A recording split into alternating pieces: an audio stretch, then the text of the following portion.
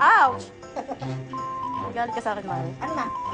Game na. Ayan. Nabalot na ng Mari ko ng repolyo ang pako. Aling ka sa mga natutunan niya. Ano ba gagawin sa pako? Pintanada? Gagawin ano? Lumpiang sariwa. Yung sariwa, ang pako. Ayun, mabagin. Ouch. Gagawin lumpiang sariwa. Gawin lumpiang sariwa ng Mari ko ang aking paa. Sino mahilig sa lumpiang sariwa dyan? Bukas ready na to deliver. Sino yung mabagin? Ang dami mangyayari. Bakit? Ganito ba? Nakawala yung repolyo.